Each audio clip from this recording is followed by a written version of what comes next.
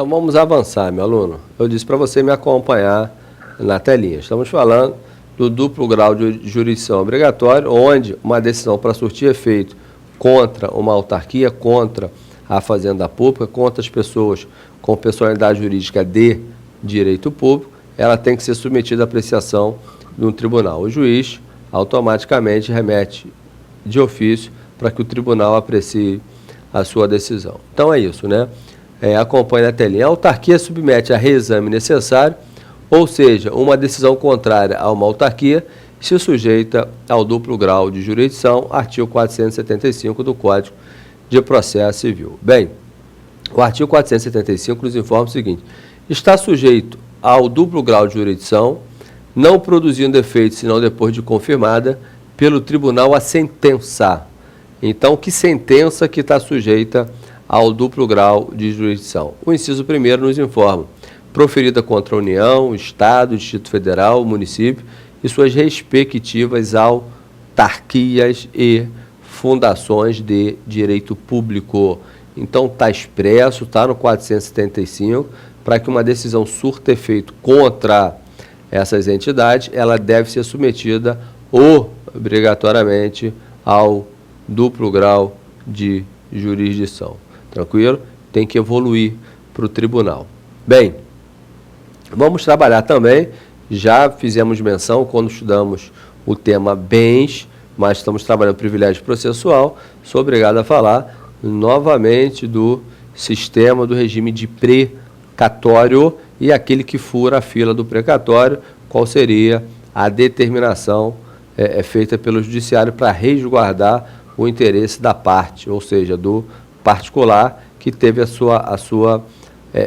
seu direito preterido na fila do precatório. Bem, então nós vamos tratar aqui a execução contra uma autarquia, você acompanha na telinha, tem um rito diferenciado, ou seja, a execução contra uma autarquia segue rito próprio, como a gente já viu, né, que é o rito dos artigos 730 e 731. O artigo 730, ele faz menção, acompanha na telinha, na execução por quantia certa contra a fazenda pública, citar-se-á o devedor. Tudo bem?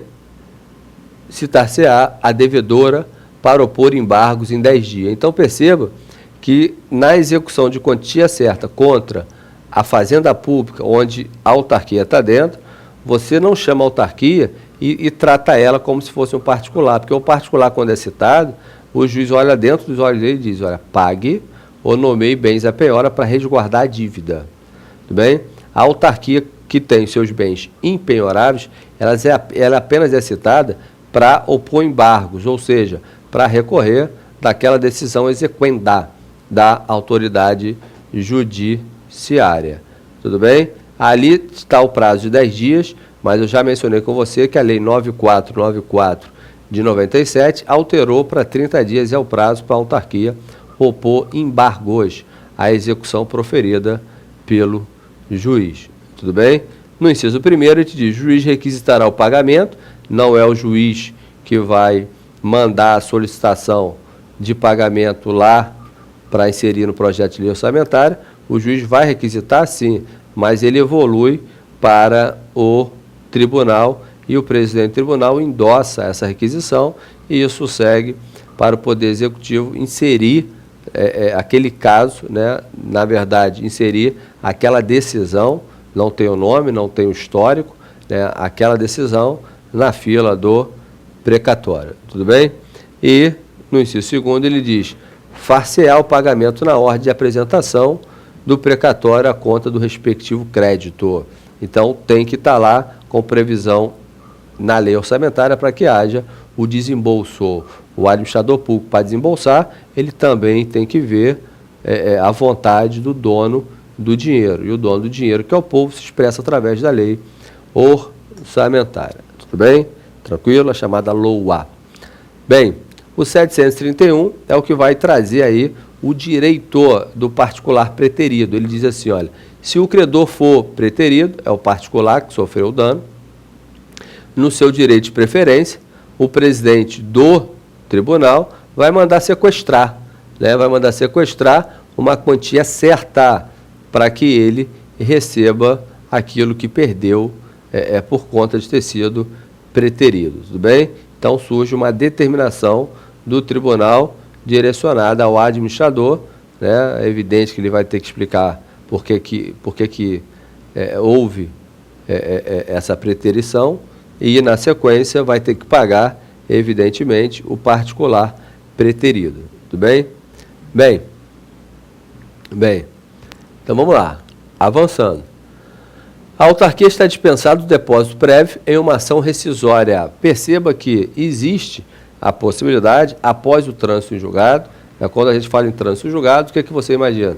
São aquelas decisões que não cabe mais recurso. Verdade, não cabe mais recurso, mas caberia aí uma ação rescisória em virtude de algumas circunstâncias apresentadas. Imagine um juiz proferindo uma sentença com dolo, com fraude, com má-fé. Perceba que surgem fatos novos e você quer desfazer aquela decisão que já transitou em julgado. Então, note que a regra, evidentemente, é estabilizar aquela relação jurídica quando não couber mais recurso lá no Poder Judiciário. Mas existe um período onde a decisão ela vai sofrer uma calmaria total. Esse período chama-se o período em que o particular pode mover a chamada ação rescisória. Ela vai reincidir, ela vai finalizar, ela vai desfazer aquela sentença, ainda que ela tenha transitado em julgado. Esse período é o prazo de 2 anos, tudo bem? Chama atenção que, para que não haja uma movimentação desenfreada no sentido de mexer nas relações já estabilizadas dentro do Poder Judiciário, é exigido que se faça do particular, é exigido que o particular faça um depósito prévio, normalmente em 5% no valor da causa. Tranquilo? Bem, ele entra com a ação rescisória. Uma vez descoberto, né, ou uma vez averiguado que nessa ação movida por ele não existe objeto, não existe informações contundentes a ponto de que se reabra o processo ou de que se aprecie novamente o processo, esses 5%, que é o depósito prévio, vai ficar como uma multa por ter provocado a justiça de maneira inócua. Tudo bem? Então, essa seria a ideia. A autarquia, quando entra com a chamada ação rescisória, ela está dispensada deste depósito prévio. Tranquilo? Então, vamos dar uma analisada olhando para o artigo 488 do Código de Processo Civil. Bem, artigo 488. A petição inicial será elaborada com observância dos requisitos 282, devendo o autor, evidente, a petição inicial, ele está fazendo menção à ação rescisória, tranquilo? Que vai ser uma nova provocação. Então, deve cumular o pedido da rescisão, se for o caso,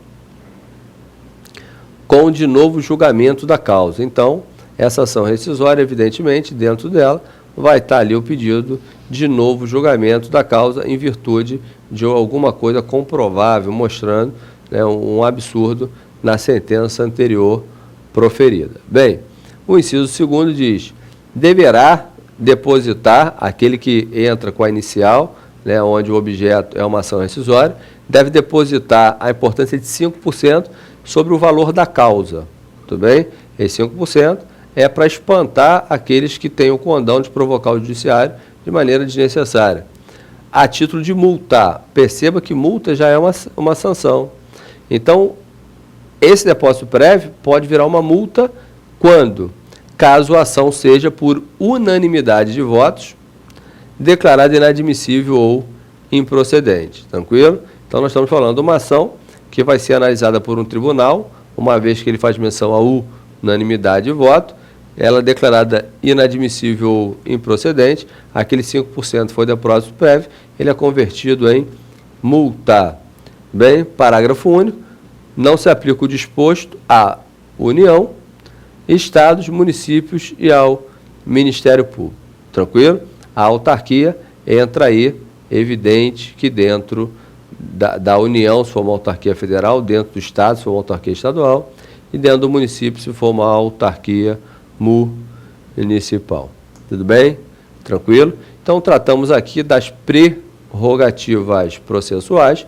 Vamos trabalhar também as prerrogativas tributárias. Tranquilo? Prerrogativa tributária, a gente foge do Código de Processo Civil, ufa, né? Ufa, porque eu sou administrativista, não sou processualista, nem tampouco civilista. O meu amor é ao direito público, mormente ao direito administrativo. Então, acabei de passar um sufoco e vamos agora para o direito público, onde nós vamos falar um pouco do direito tributário, olhando para o texto da Constituição da República Federativa do Brasil. É o artigo 150, parágrafo 2º da Constituição, que vai nos informar acerca dos privilégios tributários de uma autarquia e fundação.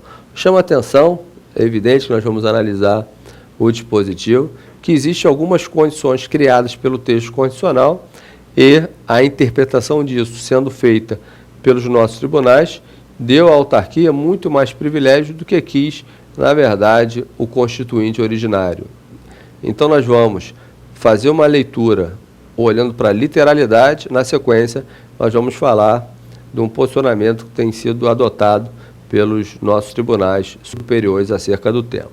Bem, então, analisando o artigo 150 da Constituição, vamos fazer uma leitura, vamos trabalhar a literalidade. Você me acompanha na telinha e eu vou interromper para fazer os comentários necessários. Artigo 150 nos informa o seguinte: sem prejuízo de outras garantias asseguradas ao contribuinte, é vedada à União, aos Estados, ao Distrito Federal e aos municípios. Então, olha, existem outras garantias asseguradas ao contribuinte, mas o que a União não pode fazer, o que o Estado não pode fazer, o que o Distrito Federal e os municípios não podem fazer. Como nós estamos tratando de matéria tributária e, evidente que na sequência, nós vamos trabalhar a impossibilidade de cobrança de algum tipo de tributo, essa impossibilidade trazida pelo texto constitucional chama-se imunidade. Cuidado que imunidade é uma coisa e isenção é uma outra coisa, tudo bem? Isenção é matéria de lei, imunidade é matéria constitucional. Então, quando a Constituição diz que você não vai pagar determinado tributo, o nome desse estudo chama-se imunidade. Se isso é feito pela lei daquela entidade política, uma lei municipal, uma lei estadual, uma lei federal, isso chama-se isenção. Tudo bem? Tranquilo? Cuidado que existe diferença. Avançando. Ele diz que está vedado à União, Estado, Distrito Federal e município instituir impostos sobre patrimônio, renda e serviço. Quando eu falo imposto sobre o patrimônio, é evidente que você vai imaginar IPTU, ITR, imposto sobre o patrimônio. Quando eu falo imposto sobre a renda, é evidente que você está pensando no imposto de renda. Tranquilo? Quem é que pode instituir o IPTU? Município. Quem pode instituir o ITR, Imposto Territorial Rural? União. Tranquilo?